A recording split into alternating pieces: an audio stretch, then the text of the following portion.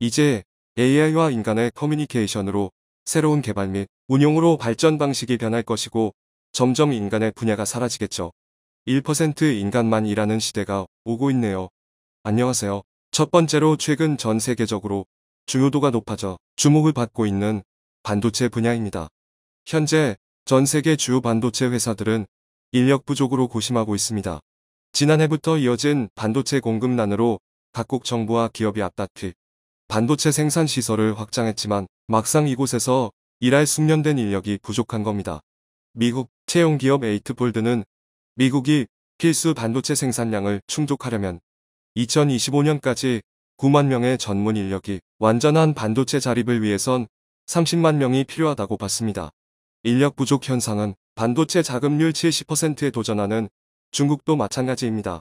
중국 전자정보산업발전연구원에 따르면 올해까지 중국 반도체 산업에 필요한 인력은 74만 명이지만 현재 반도체 산업에 종사하는 인력은 51만 명에 불과합니다. 중국 정부는 다른 국가들보다 반도체 인력을 많이 확보하고 있고 앞으로도 더 늘어날 예정이라고 내세우고 있지만 중국 반도체 산업의 현실은 심히 암울한 상황인데요. 실제로 51만 명이나 반도체 산업에 종사하고 있는데 중국의 반도체 산업은 몰락의 길을 거듭하며 후퇴하고 있습니다. 사람은 많지만 그만큼 전문 인력이 없다는 뜻인데요. 그래서 중국은 대만에 수많은 스파이를 심어 대만 반도체 기술을 빼돌리려는 전략을 갖고 있습니다. 중국은 그 산업 스파이들을 반도체 강국인 한국에도 여러 보내거나 핵심 인력들을 빼내가려고 혈안이 되어 있습니다. 이렇듯 반도체 자립을 이루기 위해서는 막대한 자본도 중요하지만 그 기술을 가진 인재를 양성하고 부족한 인력을 어떻게 확보하느냐에 달린 것으로 보이는데요. 이처럼 반도체 산업의 인력 수급이 초미의 관심사로 떠오르자 한국도 특단의 대책을 내놓고 있습니다. 한국은 현재 메모리 반도체 분야에서는 세계 1위를 달리고 있지만 전 세계적으로 더 많은 반도체 수요가 일어나고 있고 비메모리 반도체 분야에서도 사업을 확장하고 있기 때문입니다. 정부에서도 반도체 인력 공급을 위해 올해까지 학사급, 석박사급 등 4,800명 이상의 인재를 배출할 계획이라고 밝힌 가운데 기업들의 인재 확보 방안이 눈에 띕니다. 반도체 기업들이 대학과 손잡고 맞춤형 교육으로 인재를 키우는 일명 계약학과를 신설해 직접 전문 인력을 양성하겠다는 계획을 추진하고 있는 것입니다. 기존부터 반도체 관련 계약학과는 취업률이 높아 학생들에게 인기가 좋았는데요. 실제로 연세대, 고려대, 성균관대 등에 개설된 학과의 장점은 상당해 이전에도 계약학과가 있었지만 앞으로는 더 활발해질 것으로 보입니다. 가장 먼저 계약학과를 개설한 성균관대는 삼성과 손잡고 지난 2006년 반도체 시스템 공학과라는 이름으로 계약학과를 신설했습니다. 그 다음으로 2019년 연세대학교가 삼성과 시스템 반도체 공학과를 개설했고 작년에 고려대는 반도체 공학과라는 이름으로 학과를 개설해 SK 하이닉스와 함께 운영 중입니다. 계약학과의 가장 큰 장점은 단연 취업 보장이라는 베네핏입니다. 실제로 성균관대는 졸업 후 삼성의 최소 채용 절차만 거치면 삼성에 입사할 수 있고 연세대도 삼성 장학생 선발에서 합격하면 연구개발직으로 입사가 보장됩니다. 고려대는 학부 졸업 후 SK 하이닉스에서 핵심 연구원으로 일할 수 있습니다. 이런 장점 덕분에 이 학과들의 커트라인도 높은데요. 여기에 더해 재정적으로도 아낌없는 지원도 이루어집니다. 성균관대, 연세대는 성적 등 일정 조건을 충족하면 학생들에게 전액 장학금을 지원해주고 있으며 고려대의 경우 학비뿐 아니라 매달 보조금도 지원합니다. 이외에도 서강대와 한양대는 SK하이닉스와 협약해 공과대학 내 반도체공학과 계약학과를, 포스텍과 카이스트는 삼성과 연계해 반도체공학과를 설립해 인재를 양성하는 데 힘을 모으고 있는 중입니다. 그리고 이제 대학원에서도 반도체 학과를 설치하는 방안도 검토 중인 것으로 알려졌는데요. 첨단 테크 산업을 선도하기 위해서는 석박 4급 인재가 더욱 필요한데 인력난은 더 심해 앞으로는 석박사 과정에서도 채용 조건형 계약학과를 증원하겠다는 겁니다. 이에 따라 현재 계약학과를 보유한 대학은 석박사 과정도 비슷한 과정을 운영할 수 있으며 타 대학을 나와도 반도체 계약학과 석박사 과정에 진학하면 취업이 보장될 전망입니다. 이렇게 학교에서부터 미리 인재를 양성하고 인력에게 충분한 베네핏을 주면서 반도체 1위를 지키기 위한 각종 노력을 하고 있는데요. 게다가 이제 한국은 반도체뿐만 아니라 더 나아가 군사, 국방우주 분야 전문 인력도 대학 때부터 체계적으로 양성한다는 계획입니다. 최근 러시아 우크라이나 사태로 각종 탐지, 추적 센서, 레이더 등 첨단 기술들과 위성과의 연계 중요성이 두드러지고 있기 때문입니다. 특히 스페이스X와 같은 우주기업이 성장하는 환경이 조성될 것이라는 전망과 함께 우주산업에 돈이 몰리고 있는데요. 최근엔 소규모 위성을 이용한 위성 이미지 데이터 수요가 급증하며 데이터 서비스 산업의 성장이 가팔라지고 있습니다.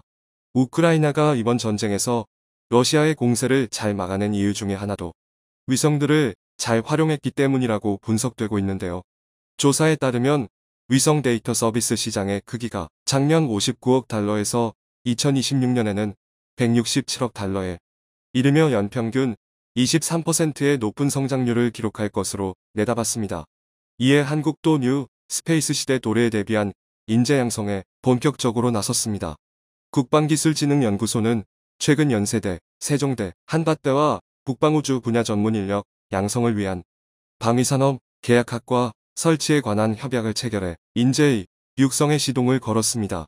방위산업 계약학과는 국방 첨단 분야의 석박사급 연구개발 인력을 양성하며 국방우주 분야 신기술 개발을 확대하고 우주방위 강국을 견인할 인적 자원을 육성하는 역할을 합니다. 결국 대한민국의 국방력 강화에 더욱 힘을 쓰며 선진 기술을 선보하기 위함인데요.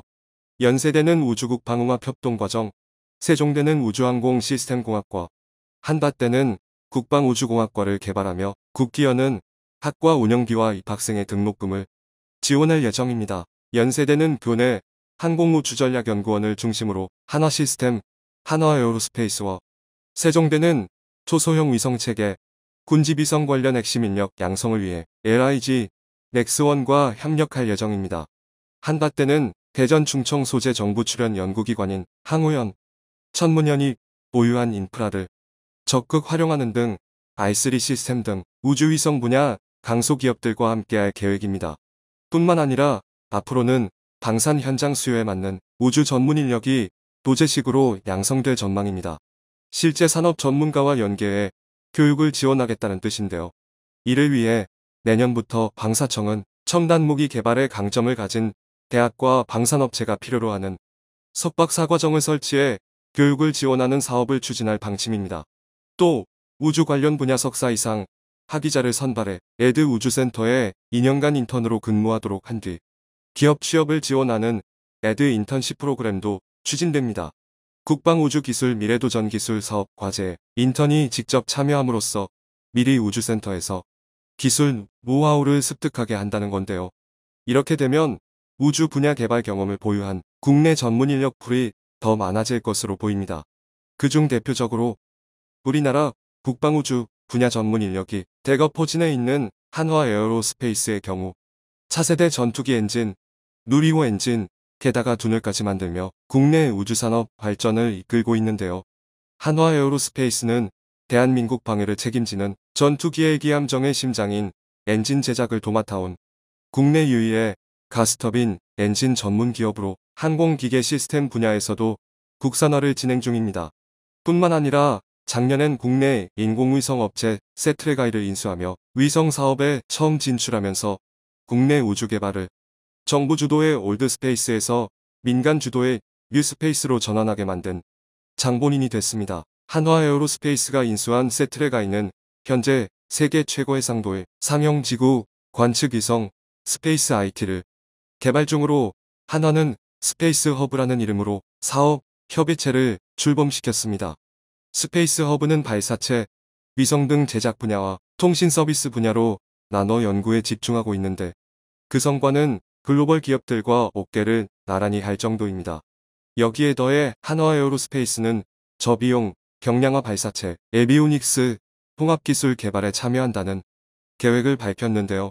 해당 사업은 국가 우주전략 기술을 자립화하기 위해 과기부에서 추진하는 컨소시엄으로 핵심 우주 기술을 산업체 주도로 개발한다는 게 골자입니다.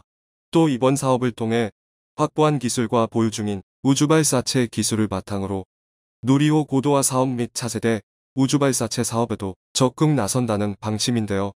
그리고 오는 6월 한화 에어로스페이스의 심장이 담긴 한국형 발사체 누리호가 다시 하늘로 쏘아 오르게 될 전망입니다. 누리호의 3단으로 장착되는 액체 로켓 엔진은 총 6개의 엔진으로 구성되는데 한화는 엔진 전체 조립은 물론 터보 펌프, 밸브류 등 핵심 부품 제작까지 담당합니다. 과기부에 따르면 기술적 보완 조치가 끝난 한국형 발사체 누리호는 다음 달 15일 2차 발사가 확정된 상태로 이번에 누리호의 발사가 원활히 추진되면 한국은 발사체 핵심 기술력을 전 세계에 입증하게 될 전망입니다.